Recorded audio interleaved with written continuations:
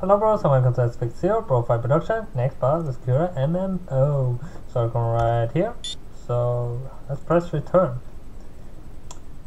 Well, she is pretty cute. And I think this clip gonna be removed. Well, I call her a young woman, but she is rather short, with a sweet heart-shaped face and a fair hair. She is probably a few years younger than I am, but I can't pinpoint her exact age. The girl is on her hands and knees. She is scrabbling around in the dirt, pushing twigs and leaves to one side. All the while she is mumbling to herself under her breath. It's gotta be somewhere. I know I dropped it somewhere around here, but where? Oh, this ain't no good. I don't remember. The longer her search continues, the more desperate she seems to get. Tears slowly trickle down her cheeks, they flush bright red. She's concentrating so hard I don't think she's noticing even me. Mother would be so mad if I don't find it, but who is me? I have no idea where it could be. Oh, I'm so unlucky. Why do these things always happen to me? The distressed girl pauses, her fingers curl into fists, and then all of a sudden she punches the ground. Maybe she's trying to alleviate some of her anxiety, but... Ow! It doesn't work.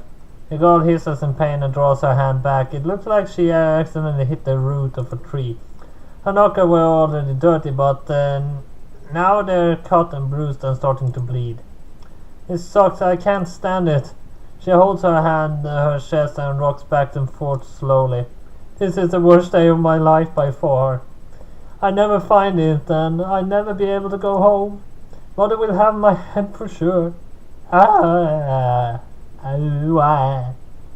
wait, crying.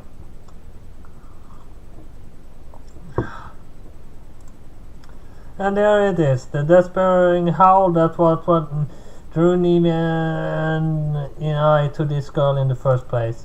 More tears fall from the girl's eyes and land on the ground with a series of soft splashes. If nothing else, at least the distress of providing nutrients for the tree and plants. This girl looks like she's quite fixed. Indeed it does. Do you think we should help her? We could, but she doesn't look like she has 2 pennies to rub together. I'm sure she is from a poor family. She has nothing to offer us, and we have no reason to help her.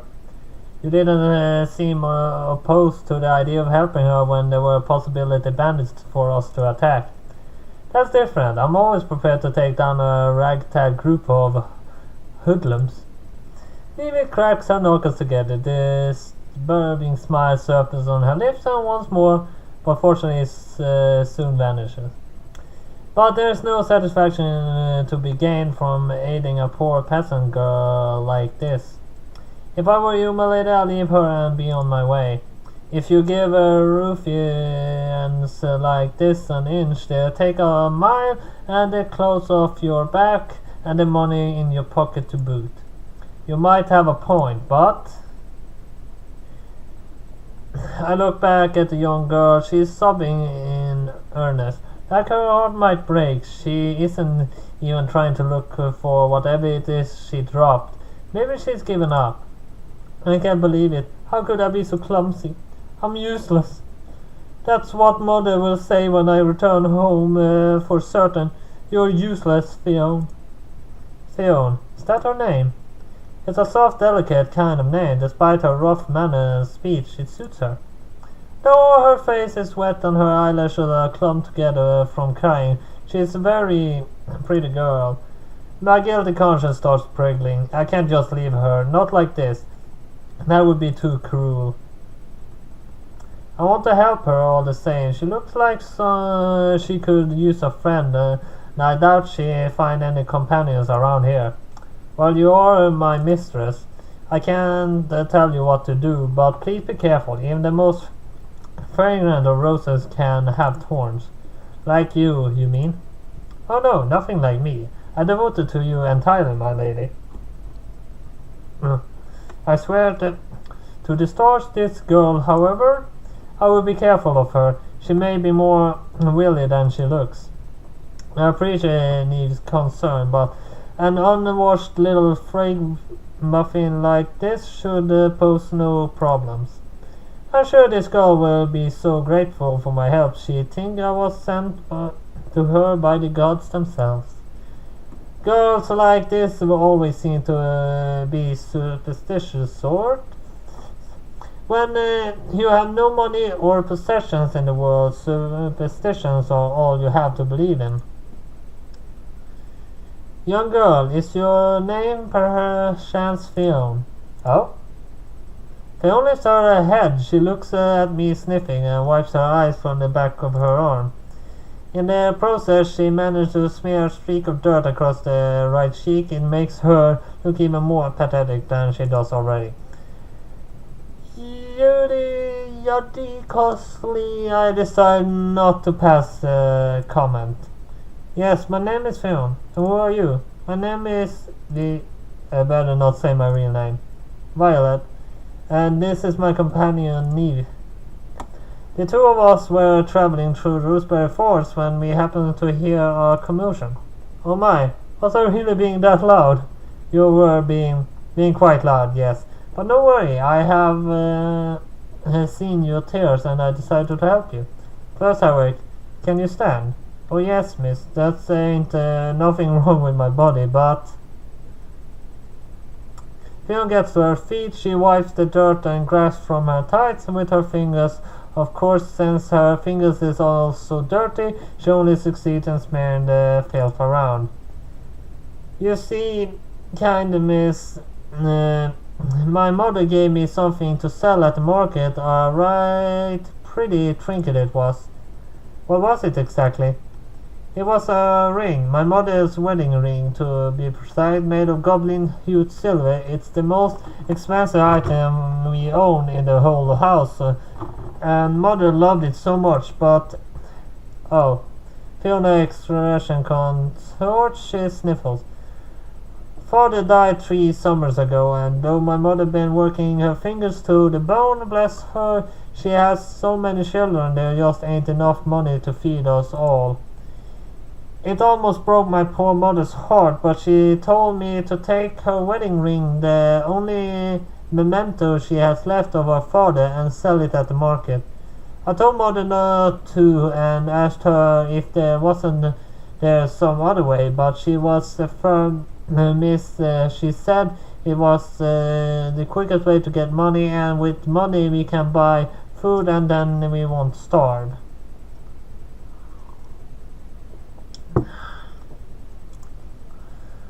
My baby brother and sister are looking awfully pecky and I'm so worried about them, but she trembles. In my clumsiness I dropped the ring. Now I have nothing to sell at the market and I've lost my mother's ring to boot. My poor mother.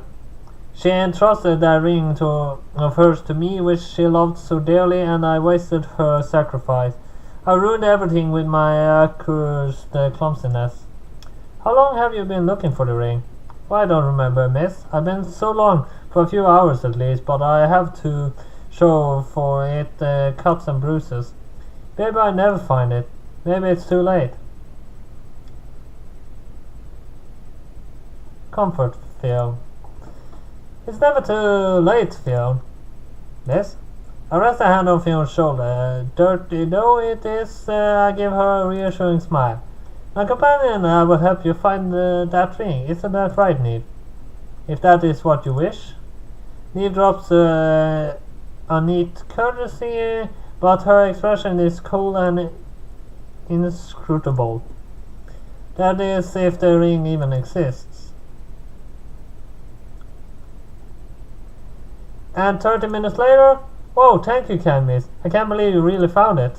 Phil smiles happily. She holds the ring on her palm and closes her fingers around it protectively. She is so overjoyed she is practically beaming. If she were a dog, she'd probably be wagging her tail right about now. And come to think of it, with the dirt streaked on her cheeks and even evident gratitude in her eyes, she make a pretty good pet. Training her shouldn't be too hard. Don't you mention it, little puppy. I pat her on the head, amusing her already messy hair beneath my fingers. Heh. Fionn doesn't bat my fingers away. Instead, she bows her head and lets herself be cuddled. Does she like the attention? Oh, miss, you're a peach. A real peach. It's rare to meet the one as helpful as you. I was simply trying to do the right thing. Only a heartless brute would fail to show compassion for a lovely woman like yourself. Most people on Aspa must be heartless, miss. Sometimes I have wondered. A few travelers passed me by in the woods already, but none of them stopped to help me. You're different, miss. I can sense it from you. You must have a kind soul. Oh, my poor little puppy. If I only she knew who I really was. If she realized I was the dreaded dark witch Viola, would she be afraid of me? I doubt she'd let me pet her head then. Now I can sell the ring at the market, hopefully. I fetch a tidy profit. I wonder. He who's been silent up until this point examines the ring in Fiona's palm. You said the ring was made from goblin-hewn silver, didn't you not? That's what I heard, miss. How strange. Goblin-hued silver doesn't go cloudy like that. The color is not quite right. Oh, got an eye for jewelry, have you, miss? I have an eye for forgeries. Are you sure you're telling us the truth? I'm always truthful, miss. My own mother told me that the ring was made from by goblins, and why should I doubt her word? If your mother truly believes that, she probably tricked. The ring doesn't look expensive to me. It's a piece of mere custom jewelry, really. And it's graded too. I doubt they fetch much for it. Neve sighs and holds her phone. I can't believe I had to scrabble around in the dirt for this. This ring is hardly worth it. Well, Fiona's cheeks turned pale pink beneath the fine layer of dirt. It might not be as fancy as the things you're used to, miss, but it's worth it for me. I've always thought this ring was made from goblin-hewn silver. If it ain't, then I've been duped. It might be worth as much as I thought, but it should fetch a little bit of money. Enough to feed my family for a few more days at least. You said you're hurting for money. Horribly so, miss. I don't mean to sound so mopey, but after you helped me so... But times are hard. I have 5 brothers and sisters, with another little one on the way, and our father died so suddenly about 4 months ago. Even if we sell this ring, I'm not sure how where to survive. Then here, I reach into my pocket and draw out a few gold coins.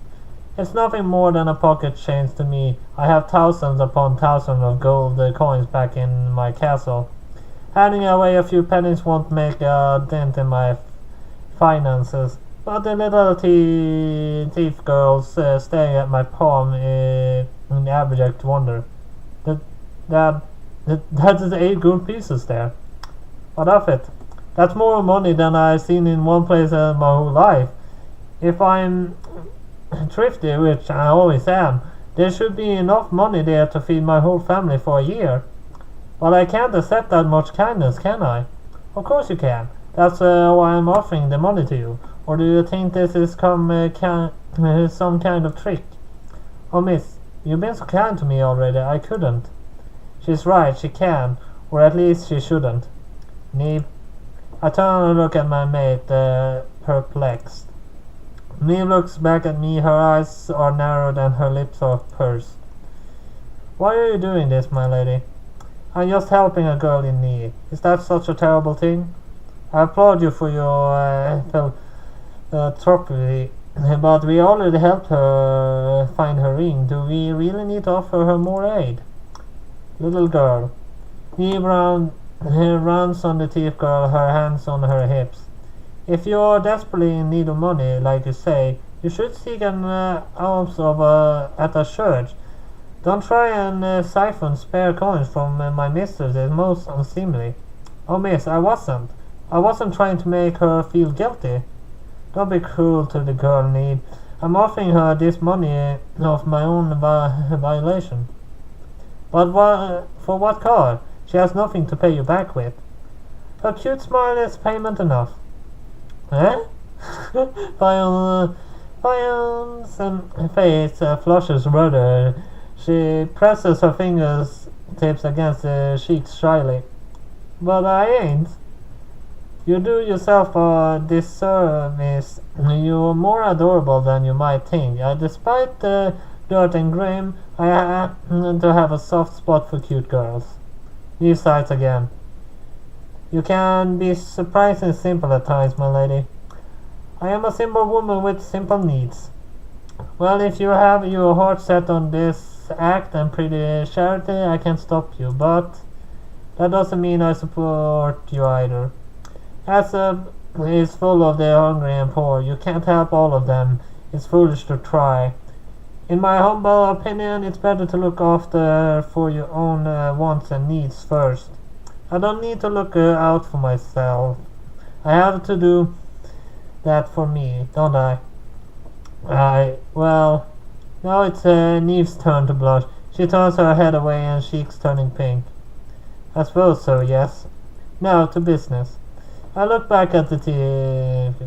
I can't stand the thought of your family going hungry, and I have more than enough money, so take it. I press the coins into a thief's hand. I can't make you accept this gift, of course, but I wouldn't. It wouldn't be to your benefit if you did. Who knows what might happen to your family without it? Well, if there truly ain't no catch, then, oh miss, you're so kind. Ah.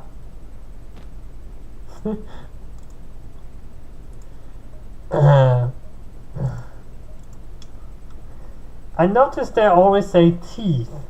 So what is going on, I really wonder. But we will see eventually.